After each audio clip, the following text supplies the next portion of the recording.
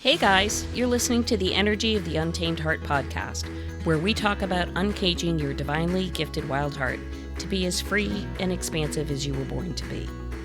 My goal is to use our stories, guest interviews, and your questions to tease out what has been keeping your wild heart under wraps. I'm your host, Mielle Fox, and together we will shatter the myths of our old stories to set our wild heart free. So thanks for choosing you and showing up today. My guest today is Dalla Collis. He describes himself as a life extension trainer. I love that phrase. An emotional baggage handler.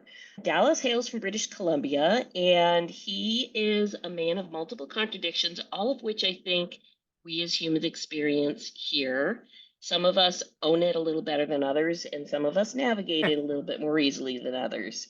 So with that, I'm going to let Dallas kind of like pick up where I'm leaving off, and we're going to talk a little bit about how he's come to where he's at, how he uses his wisdom to help share information forward to the collective. He's an author of multiple books, including The Gift, Live Long, Fit 5 Life, meaning your physical being, your food being, your mental being, social and sleep beings, The Step System, One Step Closer to Getting What You Want, and Cancer Combat, Struggling with the Beast. So I'm very excited to have this conversation today with Dallas. I think he's going to really open our eyes to the awareness of some of the challenges that we all face in our journey and maybe glean a few things of how can his story help others navigate the challenges of their journey. So without further ado, welcome to the show, Dallas. Thank you. Thank you for having me. I'm happy to be here. Terrific. So I see that you're quite the author. You've got 4 books already, and I'm sure there's plenty more topics sitting in your mind, ready to come out and be birthed out into the world, which is wonderful because I think it is such another example of how can we not only use our words to help heal ourselves through our past wounding and traumas and experiences, but I think just the cathartic method of taking something from your mind through your heart out through your hand, it's the embodiment of the mind and the body in order to move forward. So you also describe yourself as a jumble of contradictions. I love that phrase, jumble of contradictions, both hopeful, positive, while still being scared and uncomfortable, but full of courage. A dreamer, lazy but creative, optimistic but smart enough to know that you don't know what you don't know, right and wrong, normal and weird. So I found that statement both interesting and honestly a tiny bit challenging because I'm so adverse to applying labels because I feel like labels are based on perceptions that we think other people have of us. And Yeah. I'm just curious how that feels to you, how you moved from having some challenges in your journey to now being a life extension trainer for others and what that really means. Okay.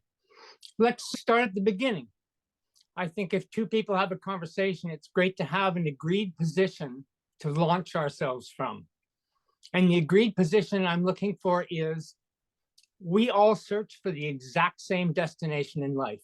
Every human being that's ever existed wants the same destination, the same ultimate goal, to be happy, to enjoy life, to be loving and beautiful and happy. That's really, in the essence, all humans do. Every move we make Absolutely. is to try and get some sort of pleasure or happiness out of, to feel good about it. So our whole life is really, the journey is all the same. You know, I always say we all walk a hard road, but we all wear different shoes Yes. because we're really all doing the same thing. You may have a bit of a different path, a different take on it, a different label or no label, whatever your feeling is, but we're really all going to the same place. So I say to people, what are you waiting for? Why aren't you there? What's in the way? And what's in the way is my story. What's in the way is your story. We are each a story and we are each storytellers. That's the only way we can live in the story life that we have in this world. And that is, you know, I say birth is the original trauma. You could not be born into this world and not be traumatized by that act alone. not to mention what will happen to you over the next few years. And so, like every human, we are traumatized. Things do happen to us that leave scars. We end up calling it emotional baggage that we carry with us for years and years. And our story's built over the years. We add to it different chapters, events, things that happen to us, things we do, things people say to us, what we learn. And we are creatures who live in the past every single day. Because if we didn't have our history, we wouldn't have any knowledge to function right now today. So reality is we really live yesterday all the time, but it's happening on this knife edge every moment that we're here. Oh, the past just happened. We were just talking a second ago about, and this is how life goes. What's the problem with that? Well, the problem is we are attached to the story that we self-identify as who we believe we are. If I meet you at a party, let's say, and I'm introduced to you, and I say, nice to meet you. Tell me something about yourself. That's the key word. What is yourself? You will start telling me your story because you believe who you are, yourself, is this story. But if you're telling me a story, who's the real you? You're not telling me who you are. You're telling me what your story tells you you are. And because we carry this baggage, for some of us, there's a lot of pain in that baggage. And so we find ways to escape it. And I think the first way for almost everyone is blame, which becomes an addiction for many people. I blame my past. I blame school. I blame the church. I blamed my parents. I blamed friends. Then I blame my boss. Heck, I can blame the weather, the universe, the economy, government, politicians. It's blame, blame, blame. And this is an attempt to keep everything externalized because we are taught since children that the world is out there, that you reach out there to find yourself, to find your purpose, to find your journey. And this is completely wrong. This is what the problem for almost every human being, because there's nothing out there. You're not going anywhere.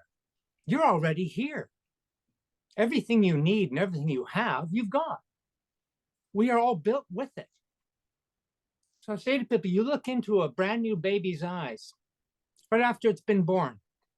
And what do you see? You see beauty, love, and happiness. That's all you see.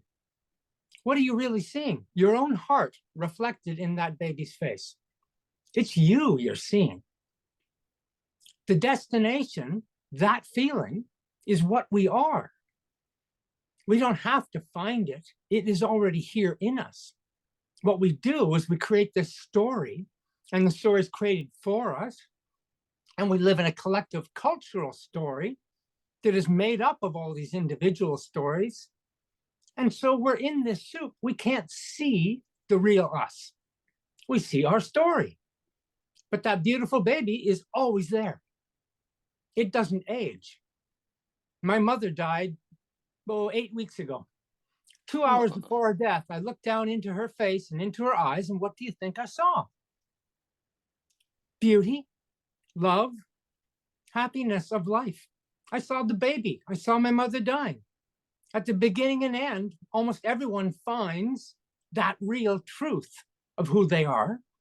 The story is just this drama we've created, we get in the middle of. And so for me, that story became so painful, I reached for drugs and alcohol to try and keep it away, became an alcoholic, married an alcoholic, had a nice house, cars, 2 beautiful children, a business together. From the outside, we are normal in this cultural story. We look very normal. Under the roof is a storm, a war zone, terrible abuse, just an absolute mess. And so many people, not everyone, but many come to a boiling point where that pressure of that story inside you builds up so much it has to escape somehow. I got lucky. I woke up one morning with cancer. Best day of my life. when I look back, and started a 1-year run. And in that 1 year, went through cancer, lost my wife, lost my house, lost my family, lost my business, ended up alone, broken, alcoholic, and suicidal. And that's when my life started. That's when my entire life began, at about 63 years of age, really. That's when it began. And it began through a couple of just funny little events. A friend looked at me and said, "You think you're weak and broken and a wreck? What you just went through in a year and it didn't kill you? You must be made of steel." And I thought, I never looked at it like I might be strong. I thought I was weak and a loser and afraid and beat up and broken. So it made me start to go, wow, if I can go through that and it didn't kill me, maybe I've got something to do here. So it just opened up a little tiny what if. That little tiny bit of light can come in. And then I'm one day standing in the kitchen chopping some onion for dinner, and a podcast is on in the background, and a man is talking about consciousness. And the man said this one line, "Show me yesterday." I mean, I can't go to a cupboard and pull yesterday out and put it in front of your face and say, "See, here's yesterday." Can I? That doesn't exist. There is no reality to yesterday or to 5 seconds ago in our conversation. It's gone. It can only be returned in memory or in video or in audio, but there's no reality to it. It doesn't have a physical presence. Now, I'd lived my whole life on yesterday. My story is my history, and that history almost killed me. How could something that isn't real almost kill me? How's that possible? Well, there's only one answer to this, because I believed the story was true. That's all. But we believe different stories throughout our lives about a million different things. There have been things you believed 10 years ago that you don't believe today. And there will be things in 10 years that you don't believe today. So what does a belief mean? What is the truth of our beliefs?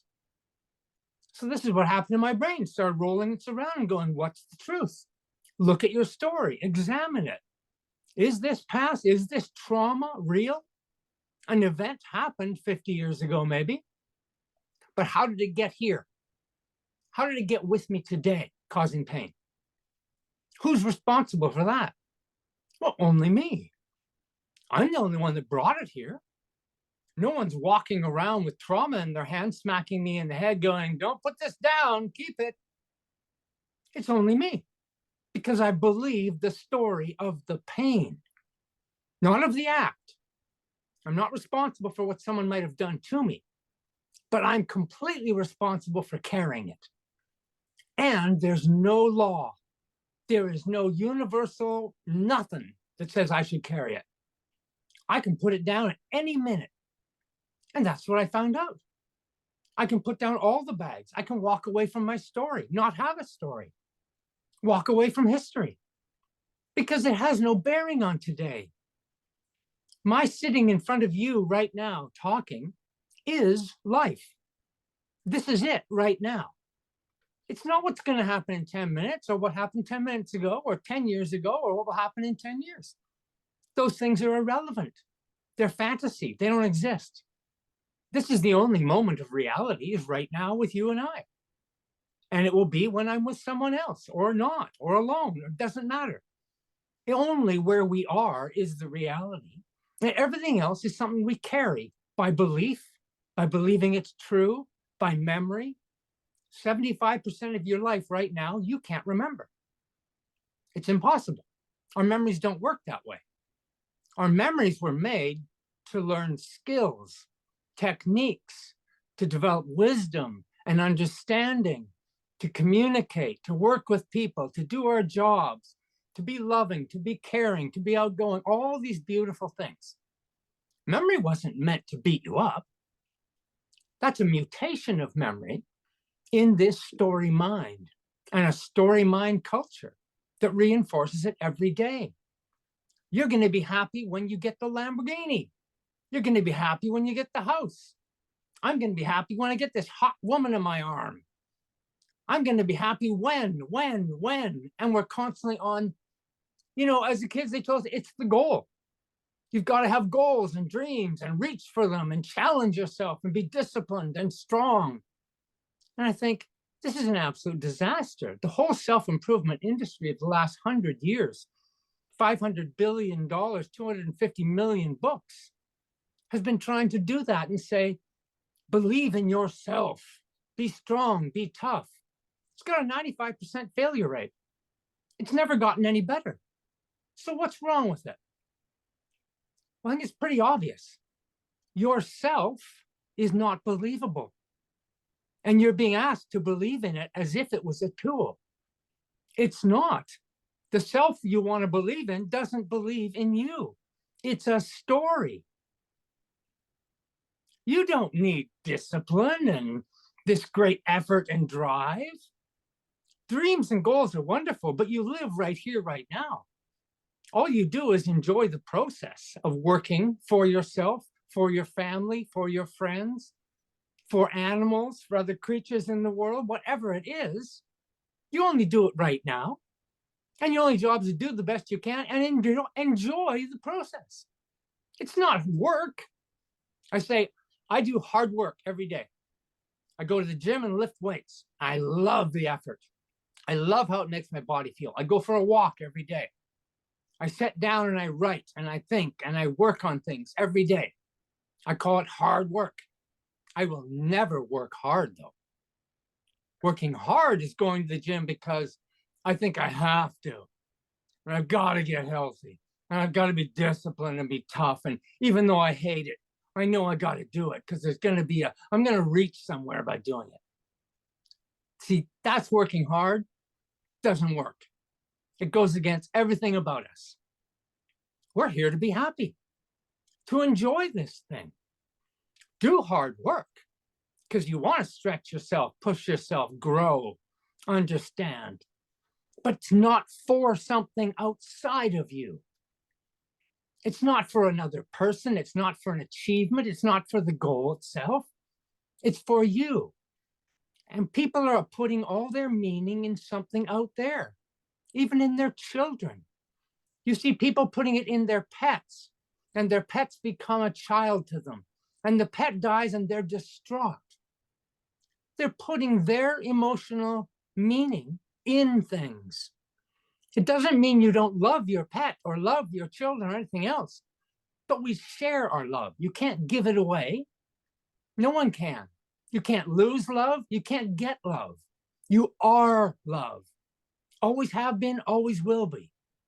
You've just covered up yourself with this story that gets in the way. And so we think we need someone to give it to us.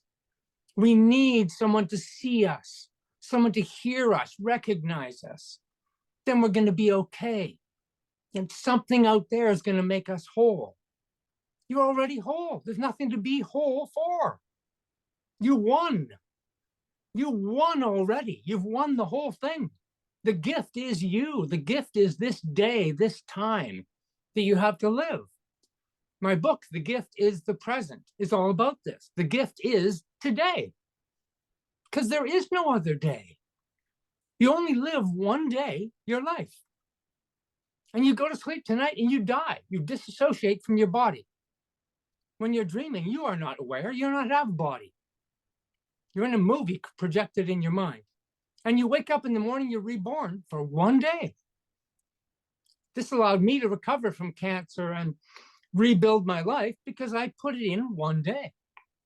My life collapsed, so I collapsed life. And I said, look, if I've got 16 hours of waking time, if I sleep 8, what can I do in 16 hours? Can I tell someone I love them in 16 hours? Yeah, I could probably do that. Could I eat a little better during 16 hours, one day? Could I eat a little better for one day? Yeah, I could probably do that. Could I go for a walk? 30 minutes, just today, one day? Yeah, I could probably do that. Turns out everything my life is about, I can do in one day. And I only ever do it in one day. And so all I do is focus on doing the best I can, being the best, most loving, happy person I can be for one day. I only have to do it for 16 hours, and tomorrow I get a do-over. What an incredible gift. And I'm going to sit around worrying about 10 years ago or 10 years from now or 10 minutes from now about something going wrong? That's a little bit crazy. And that world is so normal that when I stand up and say, I don't have a problem in my life, I don't have a worry in my life, I don't have a complaint in my life, I have no anxiety, no fear, no guilt, no regrets, nothing. People go, he's a little delusional, he's not all there, obviously. He doesn't understand reality. But if I stand up and say I've got all these problems and I'm in real difficulty and I need support and help, I get lots of loving people saying, we're behind you, we're with you. Oh, yes, we support you. You're so courageous to express these things. That's crazy. That's what's wrong. We think that's normal. We think life's hard. It's not. It's easy. It is simple. It's us that have made it hard. You were born this beautiful, loving, gorgeous creature. You will die the same way. And in between, you've made this huge drama, this theater that you are on center stage. You're reading the script. You're playing the part. And at the same time going, well, life is hard. Who made it hard? There's no such thing. We've made this whole thing up. You're allowed to be happy and beautiful and loving every day of your life. There's no law that says you can't. I go for a walk and see one flower and look at it. Really look at that flower for a minute. And it's everything. It's life. It's beauty. It's love.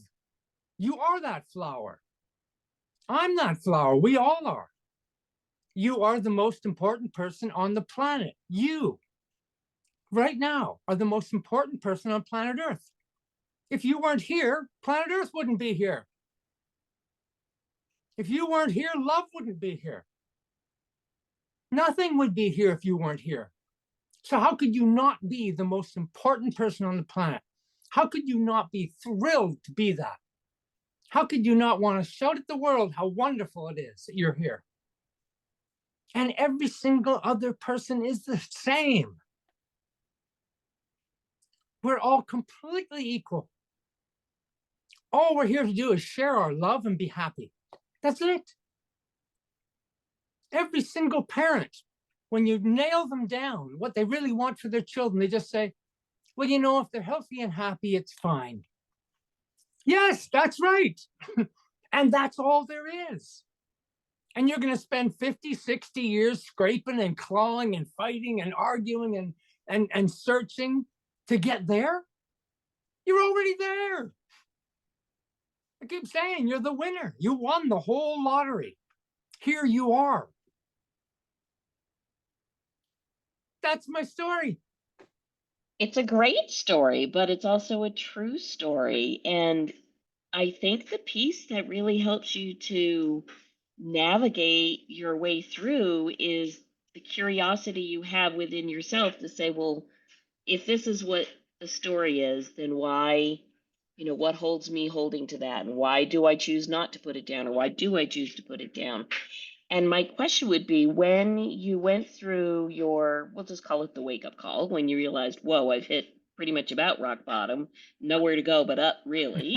Yeah. There are people who can sort of find their way out of that because they have curiosity or resilience or whatever terminology we want to put to that. And then there are people who truly struggle and get stuck in the quagmire because they don't either feel they have the capacity or they're still leaning on somebody else to help them through a portion of it. So for your personal journey, have you always just had this, hey, it's in me to question, it's in me to explore, it's in me to be curious? Or did you find that you had some assistance as you were recreating a new direction for yourself? Yeah. And it's a hard thing to answer. I think everybody is able to wake up. Not everyone is prepared to hear when there's a knock on the door. Not everybody answers the call. But I think everybody, even throughout their life, will get many calls.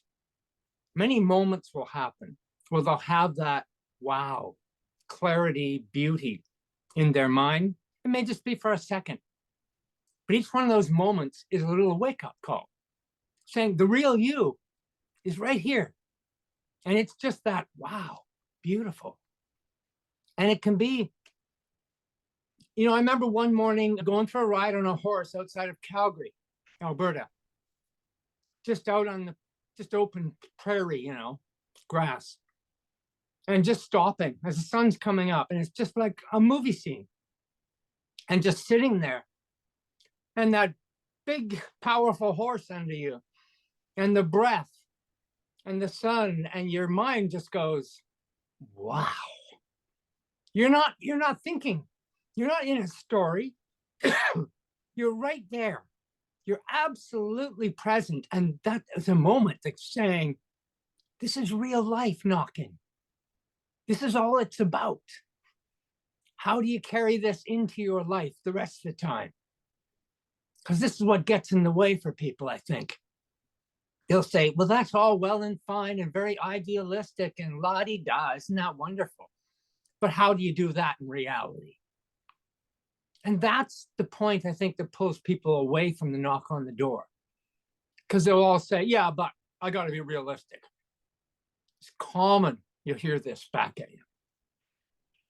And so I think we need to talk more about, you can go to a job, any job that pays you, that pays the bills, that looks after family, that puts a roof over your head. And for most people, it's a job. And they see it as something they just have to do. And for me, I've changed the psychology to say, doing my job is like going and playing tennis with a friend, or go play golf, or pickleball, or any activity that you think is fun. Make that your job. I don't care if you're digging a ditch. Make it your job, that it's fun.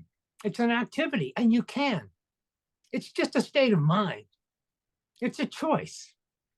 We decide how we're going to feel every second of the day, mostly subconsciously, because we're not awake. We've got habits and routines we fall into and just follow automatically. You drive home from work at the end of the day tired. You walk into the kitchen and slap your keys down on the counter. And the sound of the keys hitting the counter suddenly wakes you up. And the first thought in your brain goes, I don't even remember driving home. I can't remember anything about the drive. That's so weird. That's a knock on the door to wake up, and you walk away right away and forget it, because it's just a common little thought. You don't recognize it as anything else. But that's how stuck we are in our story, that routines, the sleepwalking we do through life, for people is up to 80% of their day. Most of their waking hours are just because I've always done it. I did it yesterday, I'll do it again today. We get so good at it. If I'm 60 years old, I've practiced for 60 years living in this story. So changing, hearing the knock on the door, is really difficult. And some people are so wedded to their story. Their whole self-image is in that story. I'm watching a newscast about the LA fires back in early January. And you saw the pictures. Behind the reporter are the houses just laid out in rubble, gray and black soot. On either side of her is a 40-year-old woman on one side, a 70-year-old man on the other. Turns out they're father and daughter. They live 3 blocks apart. They both lost all their stuff, all their home, everything. The daughter is weeping. She's absolutely crushed and broken. And the reporter's talking to her, and she's just weeping and saying, I've lost everything, my home, all those mementos, the film, the pictures, everything I own, this history of my life, it's gone. She's distraught. And the reporter notices out of the corner of her eye that the man has a smirk on his face. And so she's like frowns and then turns to the man with the microphone at him and goes, "You don't seem to be too upset about all this." And he shrugs his shoulders and says, "It's just stuff." And I thought, there's your picture for psychologists, for our understanding of life right there. She was totally attached to things, possessions, achievements, memories, her story, so fully immersed in the image of that being, who she is, that her heart is broken. She's shattered by it. And you could see him with it's just stuff. He wasn't attached, so it doesn't have any power. He knows tomorrow the sun comes up and, you find a place to live and you go back to work and you get on with your life. So what? Big deal. I hit a speed bump, spilt my drink. I want to go. And that is just an amazing place to be, because then nothing matters. You don't attach yourself. And we are so attached that we don't hear the knock on the door. And it's always coming. I said that right behind you is a beautiful blue sky and sunshine. That's you.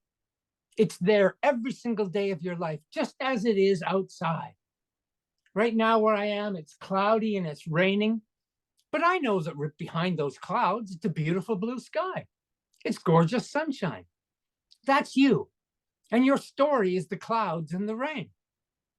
And you can spend all day staring at the clouds and the rain and living in it and believing it's ruining your life. Or you can realize that blue sky and sunshine is who you really are.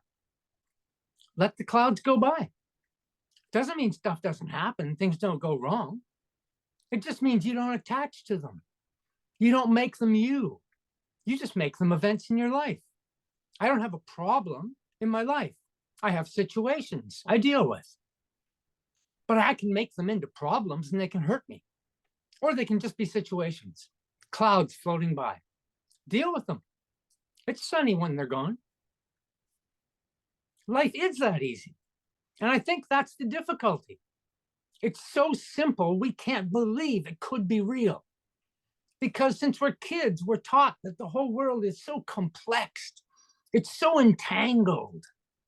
I was entangled in a horrible marriage, a toxic marriage in life, entangled by owning a house together, cars together, a business together, bank accounts together. How could we possibly pull ourselves apart? There was no escape. We were entangled, enmeshed as one. And then when we did split, your brain sort of spins around and goes, "It was that easy? What, you just walk away? How's that possible? 2 minutes ago, it was so difficult, it was impossible. Now it's done and it's gone. This doesn't make any sense." And that's the light that went on about my whole story. You can walk away. You don't have to carry those bags. No one's forcing you to carry them. Treat them like the garbage in your house. Put them in a bag, walk out to the curb, put them down and walk away. They have no business in your life. You're the only one keeping them there. But yeah, So let me ask you, go ahead. No, go ahead. I'm curious, do you feel that some people struggle with this? Externally, they have the awareness like, oh, this might be my story. And I hear you say, okay, put it down, take the garbage out and walk away. But at the same time, there are people who their entire identification of who they believe themselves to be is literally attached and created to this story. Yes. And the fear of, if I put the story aside, if I set it aside, if I lay it down, the fear of what's left, what does that represent? What does that mean? Do you think that little dichotomy right there is the piece that holds people hostage to themselves? It's a huge piece of it. Huge piece, because who would I be? Who am I without my story? Because what we said at the start, when I'm introduced to you and I say, tell me about yourself. What would you tell me if you didn't have a story? Yeah, that's a scary thought for a lot of people because there's an emptiness. There's a nothingness about it that is incredibly insecure. I need these externalities and these beliefs. They give me security, solid footing. I know who I am. That gives me my strength. And for me, it's the exact opposite. That gave me all my weakness, all my pain, all my struggle. It didn't give me strength. Strength is being insecure. Having no security is the strongest position in the world because I'm right here, right now. I don't need anything. It's the most liberating place you'll ever get to. But yes, I think it's really scary to try and step over that line. If you woke up tomorrow, if you were in a car accident this afternoon and you woke up tomorrow morning with amnesia, who would you be? You would still be you before your name, the loving, beautiful, lovely human being that you've always been. That's who you'd be. Isn't that enough? Isn't that what you're traveling your whole life to try and get to? If that's really your destination, be it. You don't need a whole bunch of stuff. Why do we think we need all this complexity and story, or we wouldn't be something? We would be something much greater without it. We wouldn't be killing each other in wars every day all over the world because we'd just be loving, beautiful beings. We kill each other because we believe in stories. The ego telling us they're wrong, I'm right. They're bad, I'm good. I've got to be careful, it's dangerous. All these things are fantasies made up in our minds. There's no danger in the world. The danger is just the story and people believing in it. If no one believed in a story, you'd have utopia, you'd have heaven. That's where we'd be. Because the story is love, beauty. That's all it is. We think we are so much bigger. We're not. We're this simple little creature who's been given this incredible gift. And the gift is we are love, and we're just here to share it. That's it. And it's the most beautiful place. The most beautiful experiences you've ever had in your life is when you're sharing love. Completely, openly, vulnerable, fearlessly. They are the most beautiful moments anyone ever experiences, and everyone has experienced those moments. They may be tiny for some people, they're bigger for others, but everyone's experienced them. That's it. What more could you want? What better drug could you take than to be there? So I do agree with you 150%. You know, I personally believe we come from love, we are love, we return to love, and everything else is just the journey in between. Yeah.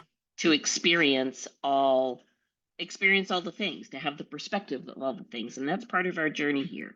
That's what we're here to do.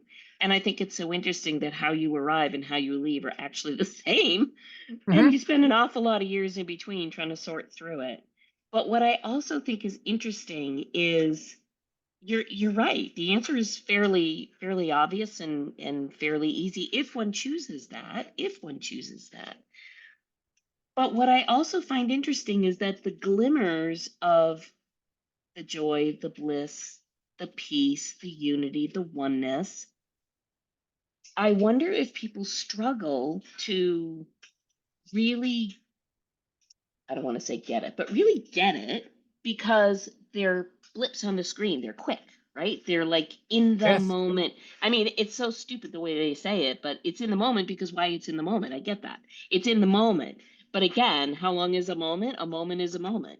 So it's interesting that, the story, if you were to put a scale of how much does a story weigh and how much does the moment weigh, it always seems like the story weighs so much more, which then makes me think, like, is this why it's so hard for people? Because they put so Yes. much weight to the story. Yes. And yes, these little open doors come and go throughout our lives, but it's such like a blink. It's so quick Yep. that we don't hone in and say, oh, how do I repeat that sensation? How do I continue to stack one on top of the other of those so that my Right. day in day out is like this? Whereas the weightedness, shall I say, I don't even have the best phrase for it, but the weightedness makes us as humans tend to lean whatever to the negative, to the story, to the old, to the repetitive, to the pattern. And I find it such, I don't want to call it a design flaw, but sometimes it strikes me like, gosh, what a bizarre design flaw Yes. that the clarity that one receives in those brief moments are like the glimpses as opposed to the big screen. And yet the big screen's filled up with all the other stuff. Yeah. Yeah. Yeah. Yeah. And that's the only reason we're here, is to get through that struggle, is to get there. I think that's why you find people who suffer the most tend to be the most open to seeing the door open, to answering the knock on the door, because they've gone far enough down into the pain that something in them goes, there's something wrong here. You got to wake up now. And it really shouts. I mean, it certainly did for me and for a lot of people I talked to. You will find Yes. cancer is very common for this. People get so, I'm going to die. And if they bridge that gap for a moment and say, I'm not going to die, a door opens for them. And they will often say, cancer was the best thing that happened to me. It's very common in the community because it awakened them to all that stuff isn't so important. All that time I spent worrying and struggling and arguing and fighting, and what for? What for? That happens. I think there's also a small piece there of when one has that wake up moment, whether that comes to you as a health crisis or a geographical relocation crisis or the Yeah. death of a parent or a child or a Yeah. spouse. I think um, that wake up moment. Unfortunately, I think it's we have the opportunity to see the glimpses of the light in the open doorway, but when life's going along smoothly, you pretty much ignore it. Similar to how you don't remember the ride home from work. Exactly. It just becomes, blurred into the canopy of where you're moving through. But Yeah. then you have that wake up life crisis event that really kicks you on your ass, that really sits you down, that really makes you say, hey, is this all there is? Like, this can't possibly be it. And I find it so interesting that it takes these, I'm going to call them crisis moments, because really that's kind of what they are for folks, whether it's Yeah. a health diagnosis or the death of someone close to them. It takes a really big slap up the side of the head to get you to, as you say, wake up. And Very that often. in itself, I find very interesting to me. What is it about the human experience that requires us to have something pretty radical, shall we say, to quote unquote wake up? Like, why do you think that is? Well, I think that the foundation, you build a foundation to a house, you can knock the walls down and you'll often see the foundation still sitting there, right? It's the hardest part to get rid of. And our foundation is birth. And those first 20 years of life when the rational and the logical mind isn't formed yet.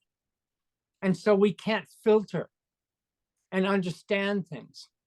Something could happen to me today that have no effect on me, could be upsetting for me or a crisis of some sort. If it happened to me at 10 years old, it'll be a trauma. It'll be a psychological wounding that I might carry forever. The only difference is I don't have a filter back then. I don't have the rational mind to say, okay, yeah, it was a bad thing, but it didn't kill me. I'm okay. I can carry on. As my father would say, show me the scars. Come on, you're okay. Get up. But when you're young, you don't have that. And if something happens to you and you don't have someone right there who loves you and can help you understand it's not a big deal and you'll be okay, then that sets in for you.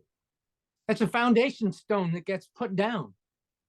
And it's always there in the back, even to people who say, I had a great childhood, no problems here, blah, blah, blah.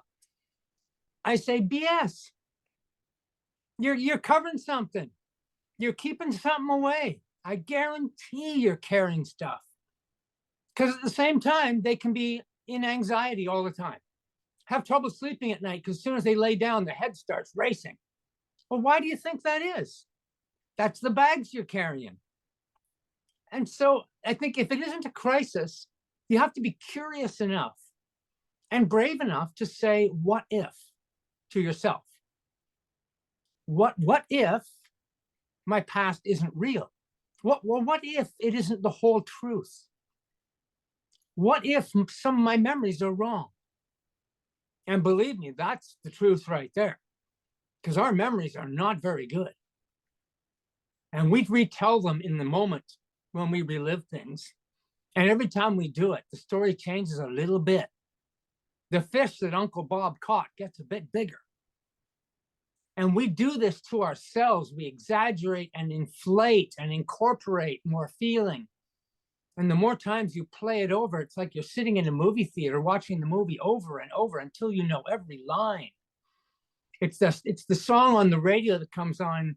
The first time you hear it, you go, oh, yes, I don't like this song at all. Change the station. 3 weeks later, you're humming along to the song. You're even knowing the lyrics. And you're thinking, oh, God, why is this thing stuck in my head? I hate this song. It's just because you're repeating it. And so I tell people, what if? What if you're just a repetition machine and you're repeating bits of a story that have nothing to do with you today? And you're keeping them alive because you repeat them. And we get thoughts. You know, we don't have thoughts. We don't create thoughts. Thoughts pop into our head. Thinking is what we do. That's a tool. That's creative. That's doing stuff, getting stuff done. But thoughts just arise in our head. And for so many of us, a thought comes up. I get my cup of coffee in the morning. I turn around, I bump the counter, drop the cup, smashes on the floor. A little thought, a little voice jumps in my head and goes, you dummy. That's just like you. Pay attention. And that's a voice from when I'm a kid. And someone said that to me. That's a little tiny wound. But instead of me letting it float by, I consciously grab that thought in my head and I go, associate myself to it and go, yeah, that is me. Yeah, I'm a bit of a dummy. I should pay more attention. And we start negative spirals of thinking when that happens. So a really great skill is to begin to see your thoughts. Begin to recognize them. And when thoughts that say you're not confident, or maybe you're not capable, or you might make a mistake here, those kind of thoughts arrive, you've got to look at them and just go, no, that's not me. And it'll float by. It's a cloud. It'll just go by and go away. But if you grab hold of it and say, I own that, that's me, you're there. You're in the story and you're stuck. You're sticking yourself in it. You're doing the repetition. You're making that story stronger every time you do that. So one of the things I had to do when I began was sticky notes. I have a sticky note on my TV still today. And the sticky note says, get off your ass. It's the TV looking at me. It's the TV saying, I know you need to get up. Right? So I'm using it to make it wake me up. Don't fall asleep just watching whatever and wasting your time. There's a sticky note on my fridge. It says, what's going into your mouth? Just to make me wake up and think about what I'm about to eat instead of doing it and sleepwalking. There's a sticky note on the door, and it says, off for a walk. Oh yeah, I should go for a walk. It's just waking me up to better patterns and better habits. I had them all over the house for things because the whole journey is to stay awake.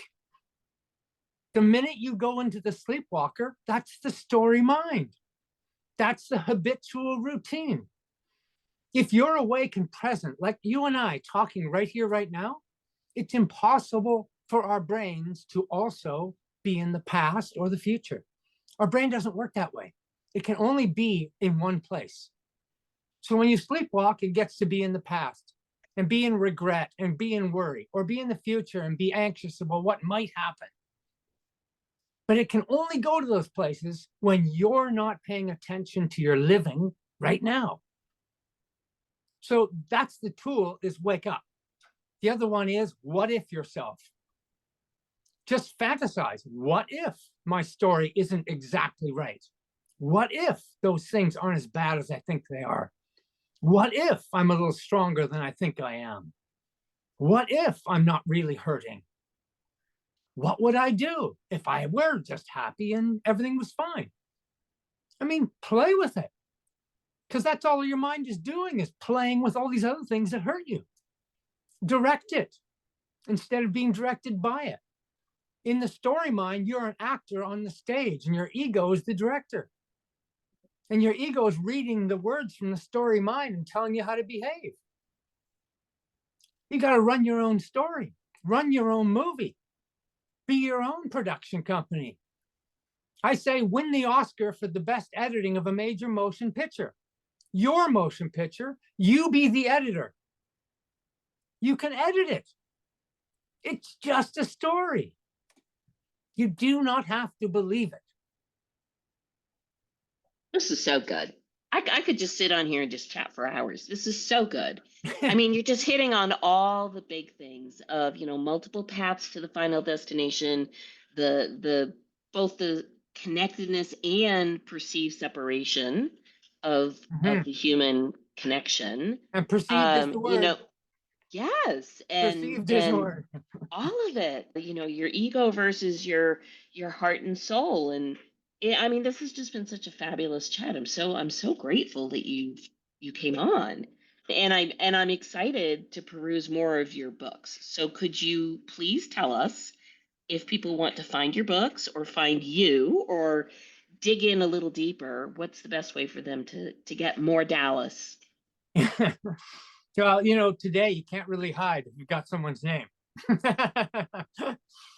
But Dallas Collis at gmail.com. It's an email. Reach out if you want. Books are on Amazon. So, like I say, you can't hide.